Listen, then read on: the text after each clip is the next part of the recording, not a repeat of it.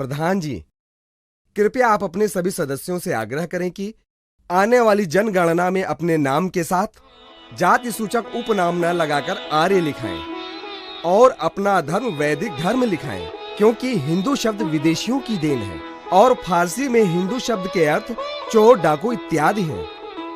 आप सभी को आशीर्वाद। दयानंद सरस्वती। स्वामी जी की बात बिल्कुल ठीक है। कौन है? नमस्ते। नमस्ते जनाब, हम देश की पहली जनगणना के सिलसिले में आए हैं। आपसे चंद सवाल पूछना चाहते हैं। पूछिए जनाब। श्रीमान, आपका नाम? सुखराम। जाति? आर्य। आर्य? आर्य क्या है? आप तो ब्राह्मण है ना? इस देश का वैदिक नाम आर्यवर्त है और इस देश में रहने वाले सभी आर्य हैं। महर्षि दयानंद के उपदेश से हमने जात पात को मानना छोड़ दिया है। धर्म हिंदू? जी जनाब, सनातन वैदिक धर्म। नमस्ते। नमस्ते। स्वामी जी चाहते थे कि भारतीय भी दूर दराज के स्थानों में जाकर वाणिज्य करके समृद्ध बने। यदि अंग्रेज 7 समंदर पार करके यहाँ आकर व्यापार कर सकते हैं तो आप क्यों नहीं। स्वामी जी की यह हार्दिक इच्छा थी कि भारतीय युवक जर्मनी जाकर तकनीकी प्रशिक्षण प्राप्त करें और देश को समृद्ध बनाएं। स्वामी जी ने जर्मनी के एक प्रोफेसर वाइस के साथ इस विषय में लंबा पत्राचार भी किया था। राजपुताना के अनेक बड़े राजा और महाराजा स्वामी जी के शिष्य बन गए थे और शासन के अनेक विषयों पर स्वामी जी से मार्गदर्शन प्राप्त करते थे। अगस्त 11 सन 1882 को महाराणा सज्जन सिंह के निमंत्रण पर स्वामी जी उदयपुर पधारे। उदयपुर में स्वामी जी लगभग 7 महीने रहे और उन्हें नौलखा महल में ठहराया गया। महाराणा ने पूरे मान सम्मान के साथ स्वामी जी की सेवा की। नौलखा महल के इस कमरे में स्वामी जी ठहरे थे। स्वामी जी के आग्रह पर उदयपुर महाराज ने अनेक समाज सुधार के कार्यों को अपने राज्य में लागू किया और अपने महल में नित्य हवन भी करने लगे थे। एक दिन महाराणा ने शायद स्वामी जी की परीक्षा ली।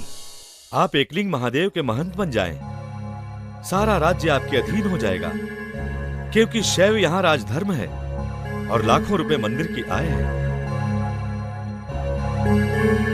ये हास्य का विषय नहीं है राजन।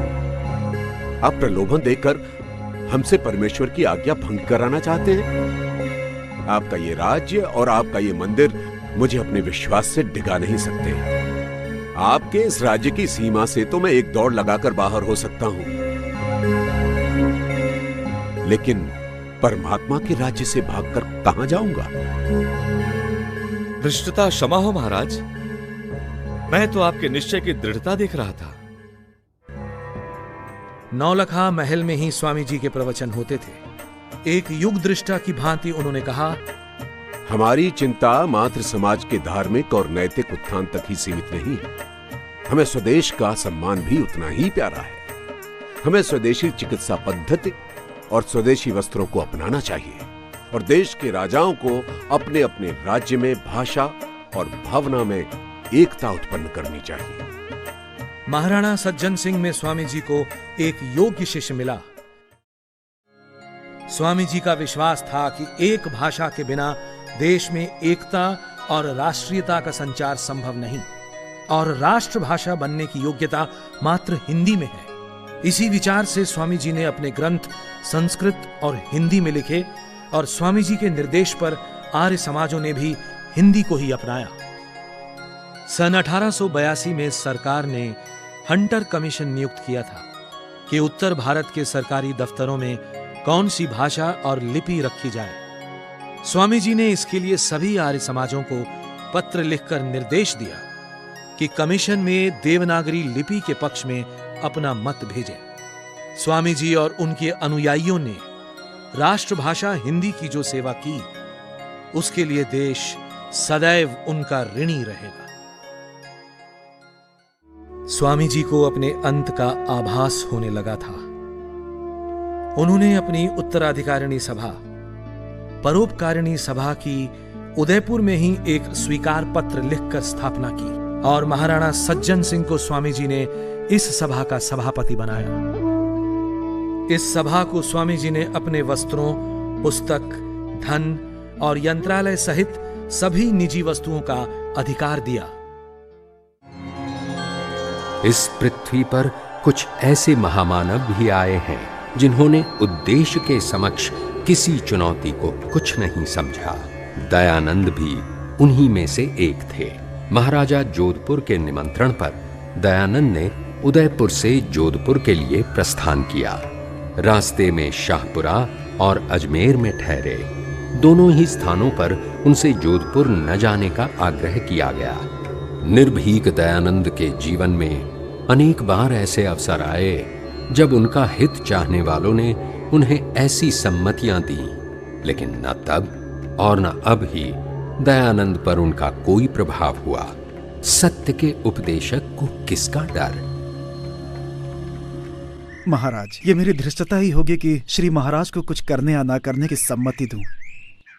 बस इतनी प्रार्थना है कि आप जहां जा रहे हैं वहां जाकर वेश्यावृत्ति का अधिक खंडन ना करें। हे नृपश्रेष्ठ, बड़े बड़े कटीले पेड़ों को नाई के नहुरने से नहीं काटा जा सकता। इसके लिए तो भारी और तेज कुल्हाड़ों की ही आवश्यकता होती है। कहां नहूरने की और कहां कुल्हाड़े की आवश्यकता होती है, मैं अच्छी तरह जानता हूं। आयुष्मान भव। महाराज, आप जोधपुर न जाइए। वहां की मरुभूमि न केवल प्राकृतिक दृष्टि से मरु है, अपितु धार्मिक दृष्टि से भी उसर है। महाराज, वो मूलासुर का देश है, वहां ना जाना ही उचित होगा। हाँ महाराज। हमने उन्हें वचन दिया है, हमें वहां जाना ही होगा। वो लोग हमारी उंगलियों को यदि बत्ती बनाकर दिए में रखकर जला भी दे तो भी कोई चिंता नहीं। मैं वहां जाकर अवश्य ही सत्य का उपदेश करूंगा।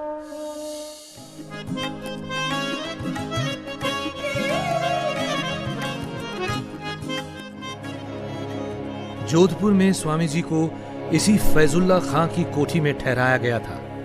यहीं पर उपदेश होने लगे। जनता में उनके सिद्धांतों के प्रति अनुराग बढ़ने लगा। उन्होंने कहा, क्षत्रियों को, राजाओं को, महाराजाओं को चरित्रवान बनना चाहिए, क्योंकि प्रजा की रक्षा रोगी शरीर और वेश्याओं के चंगुल में फंसे व्यसनी राजा नहीं कर सकते, वरन स्वस्थ और चरित्रवान राजा ही कर सकते हैं। याद रहे, एक तरफ जहां मनुष्य मात्र को यज्ञोपवीत धारण करने का अधिकार है, तो वहीं अपने आचरण से गिर गए व्यक्ति से यज्ञोपवीत उतरवाया भी जा सकता है। एक दिन जब स्वामी जी महाराजा से मिलने उनके महल में पहुंचे तो महाराजा के पास उनकी विशेष कृपा पात्र नन्ही भगतन बैठी हुई थी। कहिए नन्ही जी, राज्य में सब ठीक ठाक है? कुछ ही दिनों में गवर्नर राज्य के दौरे पर आने वाले हैं और स्वामी जी की सेवा में भी कोई कमी नहीं रहनी चाहिए। महाराज, जब से स्वामी दयानंद जी जोधपुर पधारे हैं, हमारी सुध लेने की तो आपको फुर्सत ही नहीं है। आपका सारा वक्त बस रेजिडेंट और स्वामी जी की खातिर में ही जाता है। अपनी नन्ही को तो जैसे आप भूल ही गए। ऐसी बात नहीं है। दरअसल स्वामी जी की बातों का प्रभाव ही कुछ ऐसा है कि। महाराज, स्वामी जी पधार रहे हैं। नहीं, अब तुरंत चलिए। पालकी उठाते समय पालकी का एक सिरा थोड़ा झुक गया तो महाराजा ने अपने कंधे का सहारा दे दिया। स्वामी जी ने वो सब कुछ देख लिया। राजन, राजा को अपनी मर्यादा को नहीं भूलना चाहिए। राजा सिंह के समान होता है, उसे अपनी मर्यादा अनुसार ही वर्तना चाहिए। बड़े शोक का विषय है कि राजा प्रजा के कल्याण को भूलकर राग रंग में खोया हुआ है।